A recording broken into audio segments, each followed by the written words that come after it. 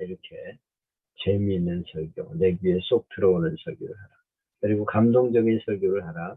좋은 예화나 간증을 있으면 꼭 모아가지고 감동적인 설교를 하라. 너무 많은 얘기를 하면 또 안 돼. 한두 개 예화나 간증을 넣어가지고 감동적인 설교를 하라. 삶에 적용이 되도록 하라. 그 말씀을 듣고 어떻게 살려는 거냐? 적용이 있어야 돼. 적용이 없는 설교는 메아리가 된다. 영혼 구원에 초점을 맞춰라. 특히 낮 예배는 처음 교회 나온 사람에게 초점을 맞춰라. 오늘 설교 듣고 마지막 찬스가 될 수 있다는 사실을 기억하면서 내가 꼭 예수를 믿어야 되겠구나 결단할 수 있도록 초점을 맞추는 설교를 하라. 그리고 결론을 전도해 두라. 하나님이 이렇게 말씀하셨기 때문에 우리는 그 말씀을 전해야 된다. 이게 교회의 사명이다 하는 게 결론이 돼야 합니다. 그리고 하나님 아버지의 마음으로 전해라.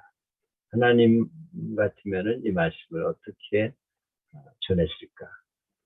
상처를 안고 많은 힘든 사람들이 교회를 왔거든요. 그들에게 하나님 아버지의 마음으로 내가 아버지라면 자녀에게 어떤 말을 해줄까? 하나님은 어떤 마음을 가지고 말씀하셨을까 하는 걸 꼭 기억하고 설교를 하라. 그리고 설교를 길지 않게 하라. 25분 정도, 30분까지도 할 수 있는데 가능하면 25분 정도가 좋다. 전해야 될 중요한 메시지를 쭉 이제 참고로 올려놓은 것들을 복사를 해가지고 제목은 아까 취재에 나온 거 그거를 한마디로 삼축시키시는 제목을 정해서 쭉 적어가면 됩니다. 정리를 해가면 됩니다. 서두를 어떻게 할 것인가, 어떻게 이끌어가고 적용은 어떻게 하고 예화는 뭘 사용할 것인가, 결론을 전도로 맺게 됩니다. 이번 주 본문은 대림절이기 때문에 마태복음 24장의 본문이에요. 여기 교재에 나와 있는 제목은 지금 준비하라 하는 제목이었습니다. 그러나 날과 때는 아무도 모르나니 하늘의 천사도 아들도 모르고 오직 아버지만 아시느니라. 여기는 분명히 그날과 그때를 모른다. 천사도 모르고 아들도 모르고 아버지만 아신다. 이렇게 말씀하시는데 그때를 자꾸 말하는 사람들이 있어요. 그때가 언제다. 뭐 여러 가지 근거 이런 것들을 들어가지고 뭐 요한계시록 강의하는 이들이 특히 많아요. 저는 요한계시록 강의하는 이들을 별로 안 좋아합니다. 그거는 비밀리에 하나님이 감춰놓은 거고 그 시대의 사람들에게 주어졌던 메시지인데 이걸 오늘 가서 역사적으로 풀어가지고 내가 강의를 하고 있다. 예언서 같은 거 이런 게 끌어대가지고 예수님은 언제 오신다 이렇게 말하는데 이건 헛소리예요 전부. 왜냐하면 천사도 아들도 모르고 아버지만 아신다. 하나님밖에는 몰라요. 근데 이걸 가지고 자꾸 내가 재림 예수다. 뭐 이렇게 자꾸 하는 사람들이 있어요. 노아의 때와 같이 인자 임함도 그러하리라. 어느 날 올지 몰라가지고 이렇게 흥청망청 살다가 망한 사람들이 있다 하는 예화를 드는 것이죠. 그때 두 사람이 밭에 있음에 버려두는 사람이 있을 거라는 거죠. 똑같이 있어도 한 사람은 불림을 받고 그렇지 않은 사람은 버림을 당할 사람이 있을 것이다 하는 것을 말씀하면서 깨어 있어라. 그날이 언제일지 알 수 없다. 도둑이 어느 시간인 줄 올 줄 알았으면 깨어 있어가지고 지킬 거 아니냐. 제정신을 못 차리고 있다가 주님을 맞지 않도록 하라. 생각지 않은 때 인자가 오리라. 이것이 메시지의 내용이죠. 본문의 내용입니다. 요약을 해보면 예수님 오심을 기다리는 대림절이 시작되었습니다. 본문은 우리에게 예수님의 초림이 아무도 모르게 왔었던 것처럼 재림도 그와 같을 것을 예고하면서 그날 주님 맞을 준비를 하라 하는 메시지입니다. 노아의 때 홍수가 나서 사람들이 멸망했듯이 그날에 버림받을 자들이 있을 것이니 깨어 준비하라 이렇게 경고하는 내용이죠. 안일에 빠져 사는 이 시대의 성도를 일깨우는 시간이 됩시다. 이게 제가 요약한 내용입니다. 위의 내용을 여러분도 이렇게 요약을 하시면 돼요. 요약을 해보시고 거기서 제목도 나오고 거기서 그날 메시지에 전체적인 전개가 이루어져야 합니다. 저는 깨어서 준비하라, 깨어 준비하라는 제목을 잡아봤어요. 그리고 설교문을 제가 작성을 해봤습니다.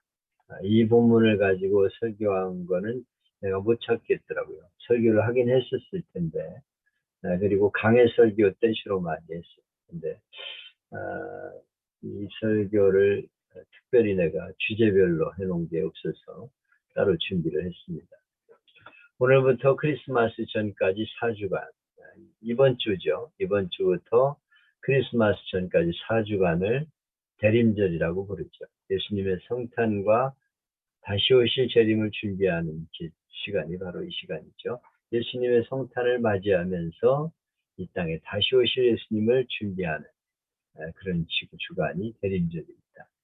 대림절은 오다, 출현하다 하는 뜻으로 라틴어 어드벤투스에서 유래되었습니다.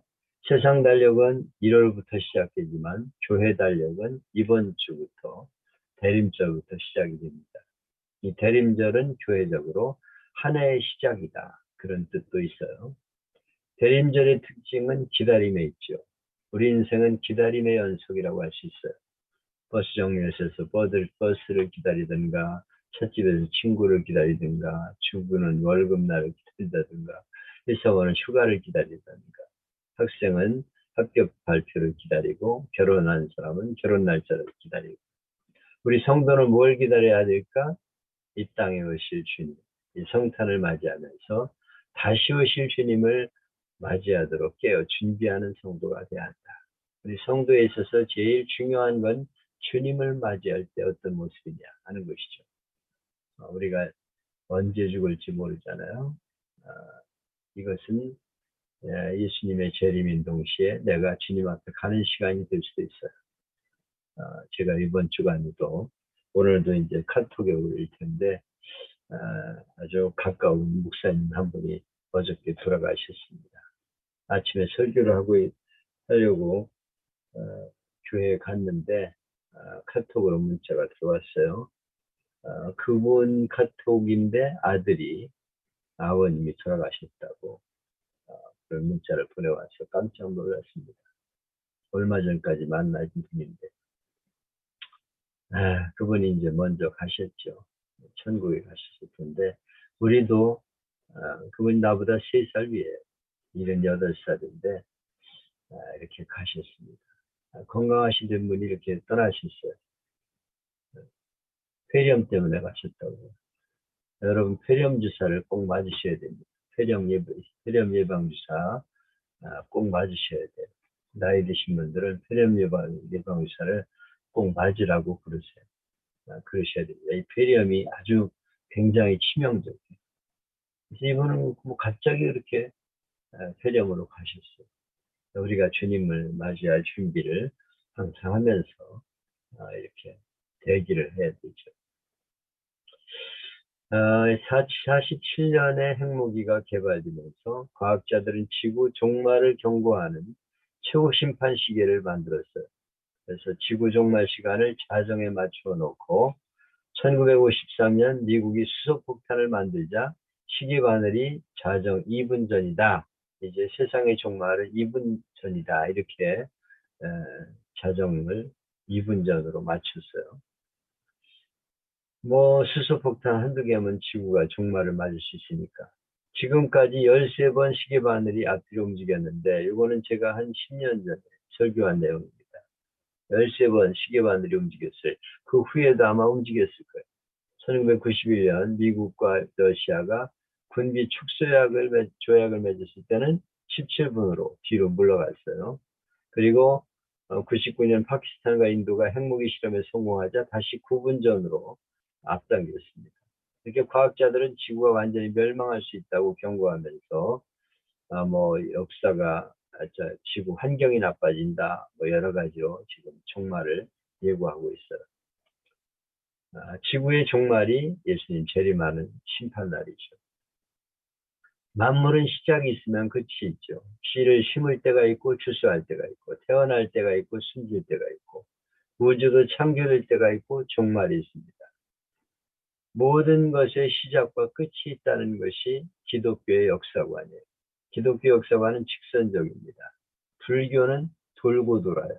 그래서 윤회로 뭐 짐승으로 갔다 인간으로 갔다 끝없이 윤회하는 거로 되어 있는데 이거는 기독교 역사관이 아닙니다. 기독교 역사관은 직선이에요. 직선. 시작이 있고 끝이 있다. 이렇게 말씀하고 있죠. 마지막 클라이막스를 향해서 세계 역사는 움직이고 있어요. 어느 날 그 정상에 도달할 때 하늘에서 천사장의 나팔 소리가 울리고 주님이 다시 오신다. 이렇게 주님이 말씀하셨죠. 여기 앞에, 이 본문 앞에 나오는 내용을 약간 언급할 필요가 있어요. 여기 앞에는 30절, 35절에서는 무화과 나무 비유를 말씀하셨어요. 뭐 가지가 연하여지고 잎사귀를 내면 여름이 다가왔다 하는 걸 아는데 이 징조를 통해서 예수님 모실 것을 눈치채라 이렇게 예수님께서 말씀하시며 천지는 없어져도 내 말 없어지지 않는다. 내 말 그냥 귀담아 가볍게 생각하지 마라. 반드시 세상에 종말이 온다. 세상을 잘 살펴보면서 종말을 대비하라 이렇게 앞에서 말씀하고 있어요. 무화과 나무는 이스라엘을 상징하죠. 가지가 연하여지고 잎사귀를 내면 여름이 가까운 줄을 알라 말했어요. 자연의 원리를 이용해 비유를 설명했습니다. 비유로서 설명했죠. 앞에서 말한 징조를 보면 주님이 오실 때가 되었구나 하는 것을 눈치채라 하는 것입니다. 예수님 오실 때를 잘 시대를 분별하면서 눈치를 좀 채라 이렇게 말씀하시고 있는 거예요. 많은 목회자들과 신학자들은 무화과나무 비유는 이스라엘 나라의 회복을 예언하는 것이다 이렇게 말하고 있어요. 이스라엘은 2000년 전에 멸망했죠. 주 70년 로마가 이스라엘 멸망시켰습니다. 그 2000년 동안 세계를 떠돌다가 1948년 이스라엘을 회복했어요. 무화과 나무의 가지가 연해지고 순이 나기 시작하면 인자가 문 앞에 온 것을 너희는 알라. 다시 말하면 이스라엘의 회복은 재림의 한 징조다 이렇게 해석을 합니다. 여기 알라는 단어는 학생이 책을 펴고 열심히 공부해서 책의 내용을 확실히 안다. 책을 펴가지고 공부를 하면서 드디어 이 문제구나 이 답이 이거구나 하는 걸 알듯이 이 시대를 잘 보라는 거예요. 이스라엘이 회복하는 걸 보면 이제 예수님 재림이 가까웠다 하는 걸 좀 눈치채라 알아라 이렇게 말씀하고 있어요. 이런 말세의 징조가 나타나면 주님의 재림날이 가까웠던 것을 알고 준비해라 이렇게 말씀하셨어요. 그런데 이런 시대에 자기가 재림 예수라는 이단들이 많이 나왔죠. 내가 재림 예수다. 뭐 예수님이 언제 오신다. 막 이러면서 예언하고 있는 사람들이 많아요. 2000년 동안 이런 거짓 선지자들이 계속 등장해서 그리스도인들을 미혹했습니다. 금세기에는 유난히 거짓 선지자들이 많아요. 어떤 이는 이 시대를 가리켜 적그리스도의 천국이라고 말해요. 지금 서울에만도 자칭 예수라는 사람이 50명 정도 된다고 합니다. 신천지교주 이만희는 자기가 재림 예수고 자기를 통해 이 땅에 신천신지가 이루어진다. 천국은 없고 이 땅에서 신천신지가 이루어진다. 이렇게 주장하고 있어요. 그래서 과천이 신천신지의 성지다. 이렇게 주장하고 있는 게 하늘 이 이단입니다. 이 신천지입니다. 하나님의 교회 안상홍은 자기가 재림 예수다 주장했는데 식당에서 식사 잘못해가지고 체해서 죽었죠. 그리고 그의 내연 여인 장길자가 이어받아가지고 내가 하늘어머니다. 하늘어머니라고 주장하면서 굉장히 신천지와 이 하늘어머니가 요새 극성입니다. 이 하늘어머니는 아주 무서운 속도로 그렇게 증가해 가고 있는데 이 교회는 빌딩을 사는 작전으로 나가요. 그래서 뻔듯한 큰 건물들은 이 안상홍이 하나님의 교회에서 차지하고 있어요. 그래서 하나님의 교회 크게 간판을 붙이고 가는 데마다 이렇게 서 있는 걸 볼 수가 있는데 아주 무서운 이단이 신천지와 하나님 교회입니다. 이 좁은 땅에 재림 예수가 왜 그렇게 많은지 어처구니가 없죠. 주님은 반드시 재림하지만 때에 대해서는 아무도 알 수 없다. 이렇게 분명히 예수님 말씀했어요. 이 재림하시는 예수님에 대해서 자꾸 역사적으로 언제다 뭐 이렇게 말하는 사람들은 다 가짜들입니다. 그런 말하는 걸 조심해야 돼요. 여러분 요한계시록 너무 그렇게 좋아하지 마세요. 그런 거 강해한다는 사람들이 대부분 문제가 있어요. 이건 제가 그동안 목회하면서 생각한 건데요. 32절에서 그날과 그때는 아무도 모르고 천사도 모르고 아버지만 아신다. 이렇게 말씀하셨어요. 그러므로 계시받았다. 재림에 대해서 잘못된 가르침을 하는 거 현혹 땅에서는 안 되고 성도들을 잘 가르쳐야 돼. 이런 이단에 넘어가지 않다. 제가 목회하는 동안에도 이단에 여러 명이 넘어갔어요. 그 사람은 안 그럴 것 같은데 나도 모르는 사이에 그런 성경 공부하러 돌아다니다가 넘어가더라고요. 너무 가슴 아픈데 이미 넘어가면 안 돼요. 회복이 안 됩니다. 얘기를 해도 안 돼요. 그 전에 예방을 하셔야 됩니다. 여기 그러므로 깨어있으라. 어느 날에 주가 임할지 너희가 알지 못한다. 도둑이 어느 시간에 올 줄 알았으면 깨어있어서 방비를 할 텐데 준비하지 못하다가 도둑 맞지 않느냐. 너희도 준비하고 있어라. 생각지 않은 때 인자가 오리라. 이렇게 주님이 말씀하셨어요. 여기 깨어있으란 말이 2번 나오죠. 성경은 성도가 향락과 유혹에 빠진 생활을 잠자는 것이라고 묘사하고 있어요. 누가복음 21장에 보면 스스로 조심하라. 방탕, 술 취함, 생활의 염려, 이것 때문에 마음이 둔하여지고 뜻밖의 그날이 덫처럼 임한다. 이날은 온 지구상에 가는 사람에게 이 말이라. 너희는 장차 올 모든 일을 피하고 능자 인자 앞에 서도록 항상 기도하고 깨어있어라.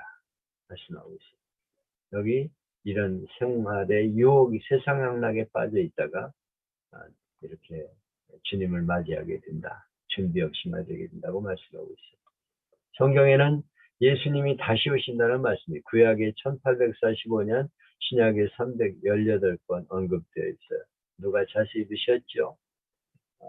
연구한 분들은 대단한 분들이에요. 왜 이렇게 많이 강조하고 있냐? 예수님 재림이 중요하기 때문에.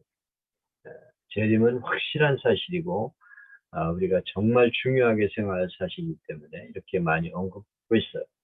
예수님은 언제 재림할지 모르지만 분명한 것은 천국 복음이 세상에 전파되면 끝이 온다. 이렇게 말씀하셨어요.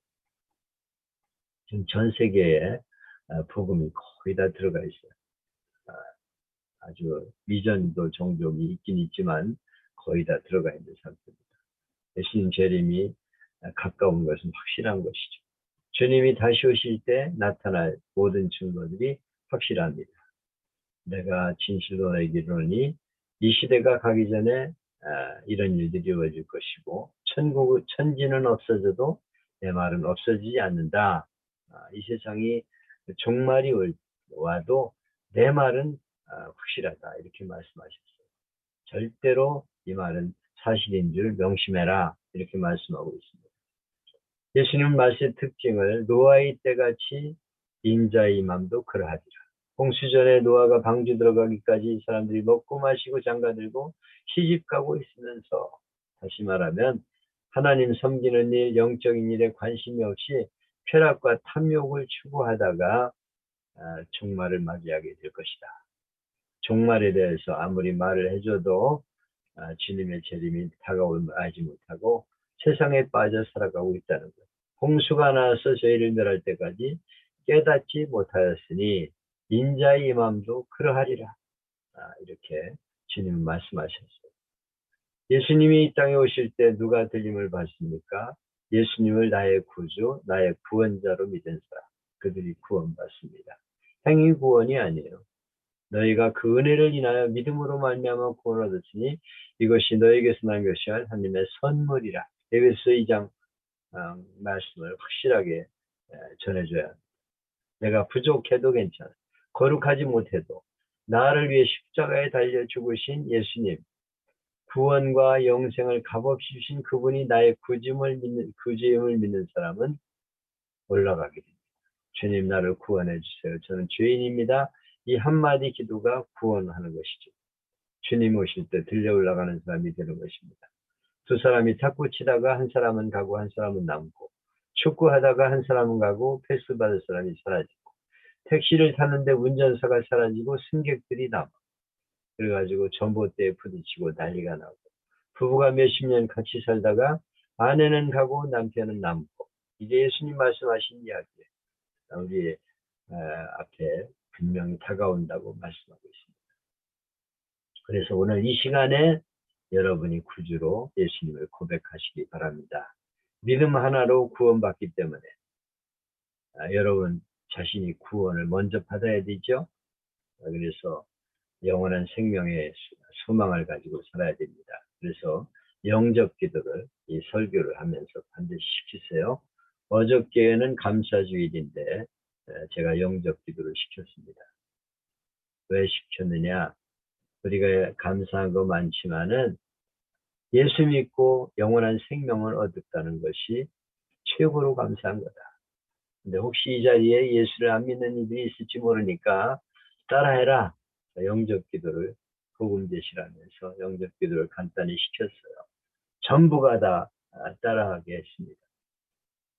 제가 초청주일에는 일어나라고 그래서 고백하게 하는데 어저께는 그냥 앉게 해가지고 고백을 시켰어요. 그래서 당신들은 정말 예수님을 내가 믿습니다 고백했으면 오늘 죽든 내일 죽든 천국 간다. 네, 하나님 아버지가 천국에서 계시고 나는 자녀이기 때문에 천국 간다 하는 소망을 어저께 선포했습니다. 어떻든 여러분들이 기회를 얻을 때마다 예수님을 영접시켜야 돼요. 예수님을 내 마음의 구주로 영접시키는 일을 꼭 하셔야 됩니다. 이거는 아주 여기 재림하실 주님을 맞이하기 위한 준비로 확실하게 우리가 해야 되는 거니까 이번 주에 꼭 영접시킬 수 있기를 바라고요. 문제는 그 다음 문제죠. 여러분 가족 중에 꼭 뒤에 남을 사람이 있냐? 두 사람이 같이 밥 먹다가 한 사람 천국 가고 한 사람 남고, 아버지는 천국 가고 자식은 남고, 혹시 뒤에 남을 사람 생각해봐라. 누가 뒤에 남을 사람이 있는지 생각 좀 해봐라. 그리고 그들을 주님께로 인도하기 위해서 최선을 다해야 됩니다. 사랑하는 가족이 뒤에 남지 않고 하늘나라에 가도록 기도하면서 계속 사랑의 손길을 펴고 가만 놔두면 안 돼요. 어떤 분들은 이제 믿을 때가 오겠죠. 이런 헛소리 하고 있는 분들이 있어요. 언제가 때인데 언제 죽을지 알아요? 그 자식이 먼저 죽을지. 하여튼 기회가 있을 때마다 교회 나가도록 얘기하셔야 돼요. 입에 귀에 못이 박히도록 얘기하셔야 됩니다. 그래서 주님을 맞이하도록 깨어 기도하면서 성도들을 사랑하는 사람들을 살리는 우리가 되야겠다. 제 경험을 얘기했는데 이거는 제 개인 경험이고요. 여러분들은 제가 아는 목사님이 이런 체험을 했다 이렇게 말씀하시면 됩니다. 제가 69년도에 경기도 연천 지역 포병부대에서 근무를 했어요. 제가 전방에 근무할 때만 해도 경계근무가 삼엄했어요. 언제 무장공비가 침투할지 알 수 없었습니다. 제가 입대하기 직전에 김신조를 비롯한 무장공비가 넘어와서 그때 박정희 죽인다고 이제 무장공비가 넘어왔죠. 청와대를 습격하기 위해서 넘어오다가 발각이 돼가지고 아주 치열하게 전투가 벌어져서 김신조 한 사람 살고 다 죽었지. 한 명 넘어갔다고 그래 북한으로. 근데 분위기가 굉장히 살벌했어요. 내가 배치를 받아서 가니까 대광리라는 산속으로 깊이 들어갑니다. 근데 밤이면 이북 방송이 들려오는 거예요. GOP 부대였는데 우리 부대는 105mm 국사포 부대인데 최전방을 대포로 후원하는 지원 부대죠. 우리 뒤에는 또 155mm 국사포대가 있어요. 그래서 105mm 포대가 3개가 있고 155mm가 한 개 포대가 있습니다. 4개 포대가 전쟁이 일어나면 저 전방에 나가 있는 부대를 포격으로 지원하는 거예요. 근데 절병으로 들어가서 포대 배속이 된 지 얼마 안 됐을 때 한밤중에 비상이 걸렸어요. 막 비상 소리가 막 들리는 거예요. 막 따르르 하면서 막 들립니다. 잠시 후에 포탄 쏘는 소리가 막 여기저기서 들리는 거예요. 우리 포대에서 막 포탄을 막 북쪽으로 쌓아 올립니다. 3개 곡사포가 전방을 향해서 조명탄을 쏜 거예요. 조명탄을. 그때는 환하게 밝혀야 되니까 조명탄을 쏴가지고 나가서 깜짝 놀라가지고 보니까 온 하늘이 다 환해요. 대낮처럼. 그래서 야, 이제 전쟁 났구나. 불안에 떨었습니다. 한 20분 정도 지났더니 상황 끝. 구성이 끝쳤습니다. 그리고 이튿날 우리는 어젯밤 소식을 들었어요. 우리가 지원하는 철책선에서 간방에 무장공비들이 나타나가지고 그들에게 총격을 가했다. 1등병이 파수꾼이 되어 고초를 서고 있는데 앞쪽에 뭐가 움직이는 물체가 보였어요. 살펴보니까 짐승이 아니고 사람이었어요. 철책위에는 굉장히 짐승들이 많이 다닙니다. 2명의 북한 군인이 숨어서 살살 들어오고 있는 거예요. 무장을 하고. 일병은 같이 보초를 서는 병장에게 일을 알렸어요. 이 병장은 월남전에서 귀국한 지 얼마 안 되는 사람이었어요. 생사를 가르친 전쟁에서 돌아온 사람이죠.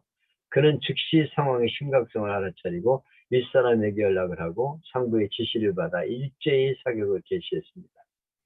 그들이 사격함과 동시에 우리 부대에서 조명탄을 쏘아 올려가지고 전방을 대낮처럼 환하게 비쳤어요. 묻어든 크레모아를 터뜨리고 기관총 각종 화기들이 적에게 집중되었어요. 순식간에 상황이 끝나고 적은 형체를 알아볼 수 없을 만큼 차살을 당했습니다.